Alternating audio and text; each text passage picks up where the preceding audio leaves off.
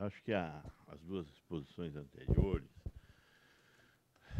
colocaram um cenário importante e acho que o cenário jurídico ele é particularmente importante, porque nós vivemos Estado de Direito e essa questão é uma questão que sempre me preocupou quando a gente vai discutir a eficiência da gestão na administração pública, porque, de fato, há falta de legalidade. Nós fazemos muitas coisas legítimas, mas não necessariamente legais, né? Eu, na minha vida profissional, tive muitas vezes essa sensação de estar fazendo coisas absolutamente legítimas e estar sendo absolutamente ilegal. Vai ver que essa tal de deferência judicial me salvou algumas vezes, não é mesmo? Eu não sabia exatamente o que era, agora o doutor Modesto deixou claro que foi a deferência judicial, né? Mas o que eu acho que, bom, que o, de uns tempos para cá, essa, essa sensação de ineficiência do setor público, ela é velha, né? Vejam, na década de 50 foram criadas as campanhas. Aqui poucas pessoas lembram das campanhas. Campanha de combate ao câncer, campanha de combate à tuberculose, campanha de combate à lepra. O que eram as campanhas? Era uma personalidade jurídica criada pelo Estado para gerir recursos ao lado da parafernália burocrática do Estado, que já existia, né? Para contratar pessoal, a parafernália burocrática remonta a 1943, na criação do DASP, Departamento de Administração do Serviço Pessoal, do qual o artigo 37 da Constituição é filho direto, quer dizer, em 1988. Nós estamos trabalhando com um instrumental que remonta a 1943 para contratar pessoal. E essa história da orwelliana, da fazenda modelo, onde os porcos são mais iguais, né? O servidor público ele tem um regime de regulação que é diferente do regime de regulação dos seletistas. Ele não pode ser demitido, tem estabilidade, tem previdência completa, enfim. O Estado brasileiro, nos últimos anos, tem criado algumas situações, não para corrigir essas desigualdades, apesar de toda a uniformidade que o Estado tem, apesar dessa busca de ser sempre igual, de construir isonomia, o Estado tem conseguido, sim, criar fazer algumas reformas onde ele realça essas desigualdades. Então, as agências reguladoras, recentemente, por exemplo, elas têm um quadro de seletistas, estáveis, concursados e estáveis. Mas por que seletistas? A principal razão para ser seletista é para não pagar a previdência integral, né? Você entra na regra geral dos trabalhadores da Previdência e sai da regra do servidor público, o que eu acho que é uma excrescência, né? Se é servidor público, tinha que ter aposentadoria integral, porque ele não pode trabalhar. Já declarou inconstitucional. Porque né? Mas veja que o Estado criou uma coisa ilegal para fugir do pagamento da integralidade da aposentadoria.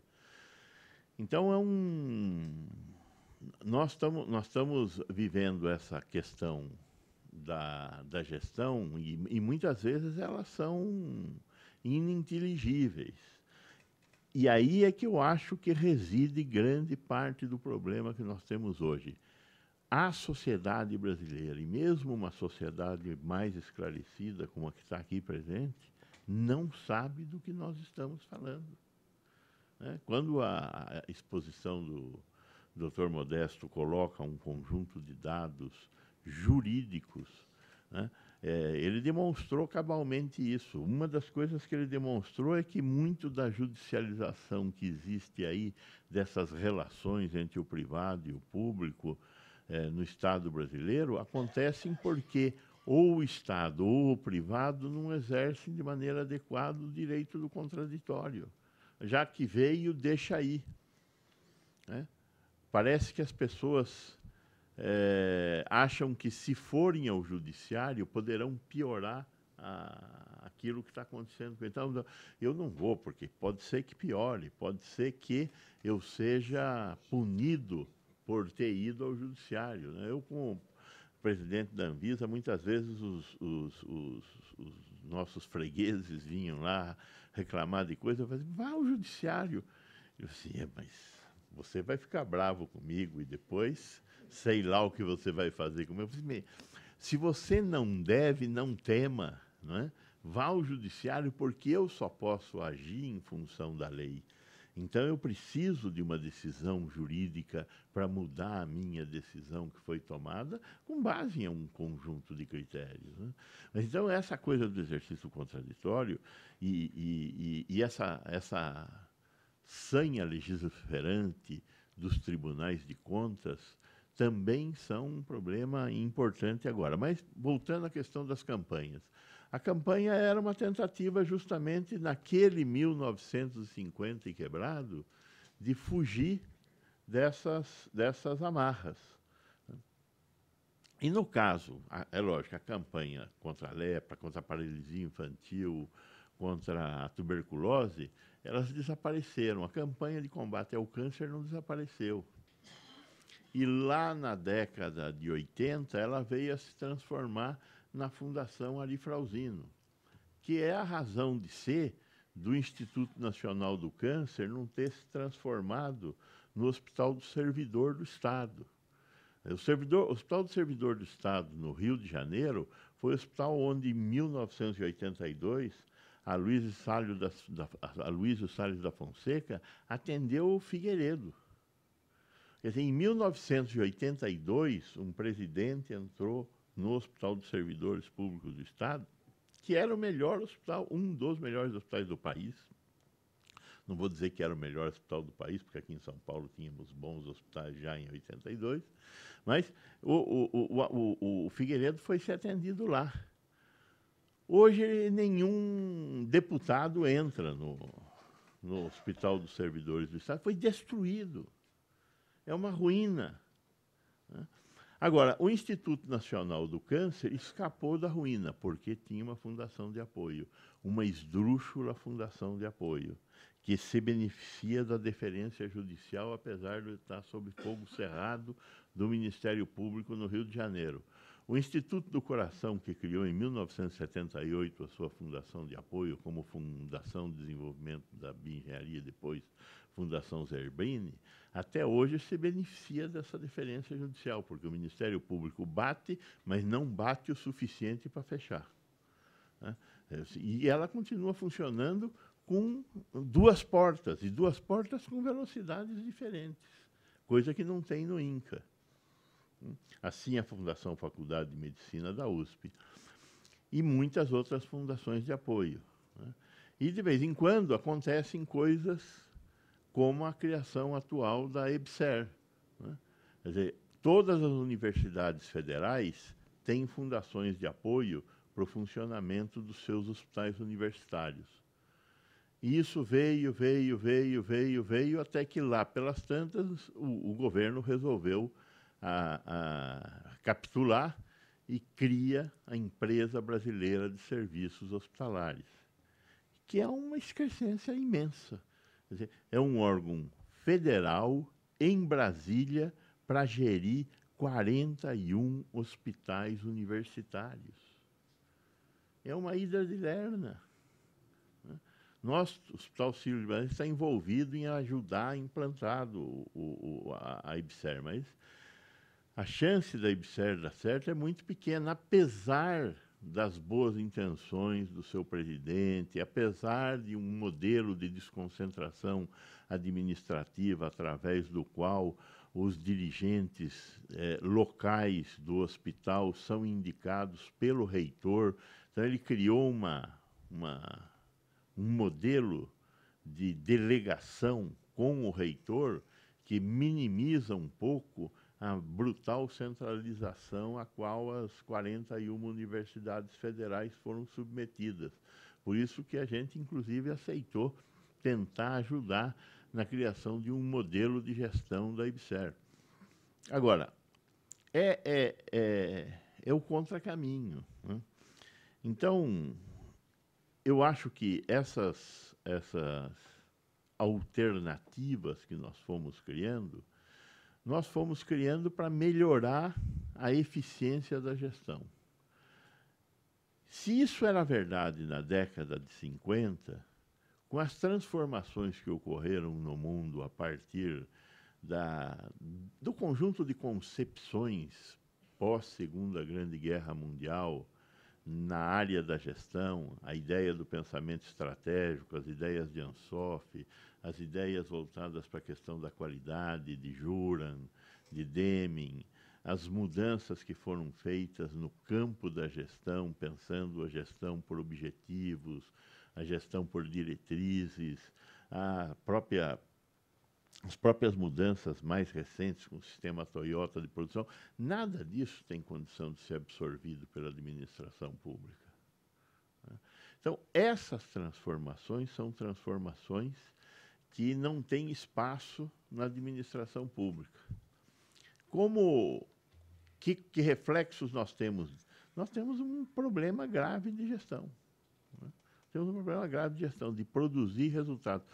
A gestão, eu gosto de situar de uma forma bem resumida para que fique claro. Gestão é atingir objetivos através da mobilização de recursos. Ponto. Então, se eu tenho um objetivo, eu tenho que mobilizar recursos para atingir esses objetivos. Que recursos? Gente e coisas. Na administração pública, para conseguir gente, tem que concursar, e para conseguir coisas, tem que licitar. Isso não tem que fazer na administração privada. Isso não significa dizer que eu não escolho o melhor preço, o melhor produto e a melhor pessoa para trabalhar.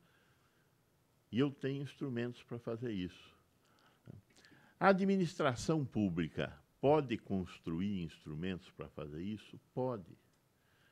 Na própria mudança da reforma administrativa do Bresser, ela abriu a possibilidade da recriação das fundações estatais de direito privado. Só que a própria reconstrução das fundações estatais de direito privado, ela veio contaminada por uma visão de que o servidor, o trabalhador dessas fundações deve ser estável. Quer dizer, as propostas de criação de fundação que passaram, as do Rio de Janeiro e na Bahia, elas vieram com esse componente, o servidor público estável. E eu acho que esse é um problema importante, a estabilidade do trabalhador, de uma organização na área da saúde. Eu acho que ele tem que ser passível de demissão sem justa causa. A minha experiência de trabalhar no setor privado, isso não significa que você dispense. Uma boa gestão não põe para fora um trabalhador no qual você investiu. Uma boa gestão faz com que você tenha uma política de retenção de talentos, né? Mas, quando você precisa mandar embora, ou porque a pessoa quer ser mandada embora, você tem que ter um instrumento de demissão. Então, você sempre interpreta pelo lado oposto, pelo lado excepcional. E aí não pode demitir o trabalhador, porque ele tem direito ao emprego. Ele tem direito ao emprego e a sociedade tem direito ao trabalho que aquela organização está prestando para a sociedade. O que vem antes? O trabalho, o resultado do trabalho que aquela organização está prestando, ou o direito à conservação do emprego? Então, são coisas sobre as quais a sociedade brasileira tem que parar e refletir. Agora, tudo isso ficou muito pior a partir dos anos 90. Eu trabalhei no HC, trabalhei como consultor em muitos hospitais públicos. Uma pergunta que volta e meia me fazem é: você não gerenciava o HC? Você não conseguia fazer uma boa gestão do HC? Eu fui, durante 5 anos, presidente da Comissão de Julgamento de Licitações do HC. E nós conseguimos fazer com que não faltasse material no HC, apesar de fazer compras através de licitações. Agora, o esforço para fazer isso era muito grande, né? O gasto energético para fazer isso era muito grande. Então, é possível administrar um hospital na administração direta? É possível administrar. O homem faz milagres aonde ele está, se ele tiver disposição para isso, porque é um milagre você colocar para funcionar um hospital na administração direta. E é um milagre, às vezes, com tempo determinado para acabar, porque as pessoas vão embora, você não consegue reter as pessoas, e uma bela hora a casa cai, como caiu, como cai, né? E, a partir da década de 90, essas transformações na sociedade foram muito mais violentas. O clima que nós estamos vivendo hoje, particularmente na saúde pública, é fruto dessas transformações que nós não conseguimos acompanhar. Quando você olha, por exemplo, para essa questão dos médicos, né? Não quero discutir aqui se mais médico é bom ou é ruim, porque não me cabe. Agora, falta médico. Só que parece que ontem que eu digo é ontem mesmo, não parecia que faltava. E por que não parecia que faltava? Porque nós não fomos capazes de enxergar as transformações pelas quais a sociedade brasileira passaram até ontem. A tuberculose está sob controle, a hanseníase está sob controle. Nós temos menos de 30 casos por 100 mil habitantes de tuberculose, menos de 1 caso por 100 mil habitantes de hanseníase. Nós, este ano, em julho, estávamos com 55 mil casos de malária, quando em 2002 nós estávamos com 350 mil casos na metade do ano. Não existe mais transmissão pelo barbeiro, a não ser comendo suco de açaí não pasteurizado. A esquistossomose está praticamente extinta, só tem pequenas regiões do país. A leishmaniose, nós temos 3 mil casos nesse momento no Brasil e não diminui o número de casos, porque não se mata mais cachorro, o cachorro virou sagrado, como na Índia os bois, e aí você não tem como romper o ciclo homem, cachorro, flebótomo, né? Então, as doenças infecto-contagiosas saíram da agenda. Podem falar o que quiser da água, mas 85% do Brasil é urbano, e nas cidades tem água tratada. Senão nós teríamos cólera. Nós não temos cólera, não temos mais gastroenterocolites no Brasil. Por que não tem gastroenterocolites? Por causa de São Cloro. Tem São Cloro no Brasil inteiro. Então, a mortalidade infantil caiu por causa de São Cloro, né? Temos um bom programa de vacinação. Isso é conquista dos tucanos, dos petistas. Não é conquista dos tucanos nem dos petistas. Isso é conquista do povo brasileiro. Fomos nós que construímos o SUS. Lá, aqui e agora, né? Então, agora, o que aconteceu? Esse mundo onde se morria de diarreia, de pneumonia, de tuberculose, agora se morre de hipertensão, de diabetes, de câncer e de violência. 70% da mortalidade brasileira está concentrada nessas 3 causas. 35% cardiovasculares, 20% os cânceres e 15% a violência. Como é que trata a diarreia? Com uma consulta. Como é que trata a pneumonia? Com uma consulta. Como é que trata a hipertensão? Não tem alta. Diabetes não tem alta. Câncer não tem alta. E violência não trata na saúde. Só o reflexo. Então, o que aconteceu? O mundo mudou. E nós, não. Então, nós temos um problema de gestão gravíssimo, porque os sistemas que nós temos que operar são mais complexos. Nós temos 2,3 leitos por 1.000 habitantes, 440 mil leitos. Desses 440 mil leitos, seguramente 200 mil são leitos muito ruins, porque são leitos que não têm apoio de UTI. Apenas 5% dos leitos do SUS são leitos de UTI, enquanto que o setor privado tem 12%, enquanto que o meu hospital tem 30% de leitos de UTI. Por quê? Porque nós estamos tratando de gente cada vez mais velha, mais grave, com comorbidade. Quem vai no hospital não é um jovem com pneumonia. Quem vai no hospital é um velho hipertenso, diabético com câncer de pâncreas, que nós vamos salvar. Essa é uma notícia. Essa é uma notícia. Então, a medicina está preparada. Os Estados Unidos, em 2003, tinham uma mortalidade de 300, cardiovascular de 350 por 100 mil. Em 2013, ele tem uma mortalidade de 130 por 100 mil. Os americanos pararam de fumar, ficaram magrinhos, estão fazendo exercício? Não. Foi a rede assistencial americana, o tempo porta-balão que diminuiu.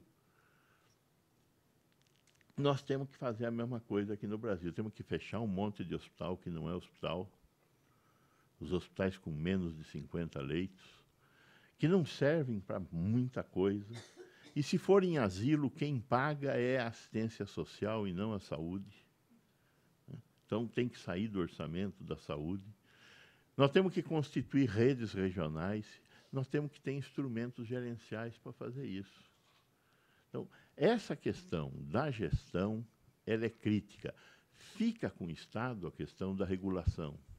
Nós temos que ir à frente nessa discussão de que a Constituição permite que o fazer saia da mão do Estado. E que o fazer seja alcançado através de instrumentos de cooperação, como foi colocado aqui pelo Dr. Modesto. Que é o que está acontecendo na Itália, na Espanha, na Inglaterra, no Canadá, no Chile. Nós estamos caminhando para isso nos países desenvolvidos, aqui nos nossos irmãos. Quer dizer, levar o fazer para a iniciativa privada. E manter na iniciativa pública a responsabilidade pela entrega. Agora, dependendo não, na maior parte das vezes que você for discutir isso aqui no Brasil, isso será traduzido como privatização. Vejam, se é para ser privatização, que não venha com uma carga de dizer, na medida em que é privatização, significa aumentar a iniquidade. É isso que é inaceitável. A privatização do sistema Telebrás trouxe iniquidade. A privatização do sistema Telebrás trouxe acesso a telecomunicações. E eu não estou defendendo a privatização, porque eu não acho que parceria é privatização. Eu não acho que parceria é terceirização. Mas a sociedade tem que enfrentar essa discussão. Da mesma maneira que tem que entender que o modelo da Organização Mundial da Saúde de um médico por 1.000 habitantes era bom para atender tuberculoso. Não é bom para atender hipertenso, precisa de um médico para 300 habitantes. E de um médico diferente. Eu estive visitando o sistema de saúde de Catalunha e dissequei a região sul de Barcelona, visitando todas as unidades da região. Lá os médicos, em 40 horas, ganham 5.000 euros. E as enfermeiras, em 40 horas, 3.500 euros. Eu, no Grajaú, pago 20 mil reais para ter um médico e 2,5 pau para a enfermeira. Será que o futuro aponta é a enfermeira ganhar 20 pau? Ou o contrário? Quer dizer, nós temos uma série de desequilíbrios no sistema depois que nós mudamos a agenda. depois que nós mudamos a conformação urbana do país e a demografia do país. Nós mudamos isso e mudamos a conformação epidemiológica. E, ao mesmo tempo, ocorreram essas transformações no campo da gestão. E, ao mesmo tempo, aconteceram esse conjunto imenso de transformações na cabeça dos nossos cidadãos, que sabem das coisas e querem as coisas. Se nós não conseguirmos dar, se o Estado não conseguir dar respostas adequadas, nós vamos ter a repetição de forma mais violenta do que aconteceu em julho do ano passado, do que aconteceu na Líbia, no Egito, porque a população tem direito a, e o Estado brasileiro tem que dar essas respostas, só que essas respostas têm que ser construídas no seio da sociedade, para que a gente possa atualizar o instrumental jurídico com o qual nós estamos trabalhando. Agora, eficiência não substituirá o financiamento, mas é fundamental ter eficiência. Tem uma dialética nessa relação financiamento-eficiência que nós temos que entender. Acho que o grande problema na saúde, na sociedade brasileira atual, é não saber o que está acontecendo. Nós temos que nos assenhorar desse diagnóstico e discutir esse diagnóstico. Acho que esse que é o desafio. Muito obrigado.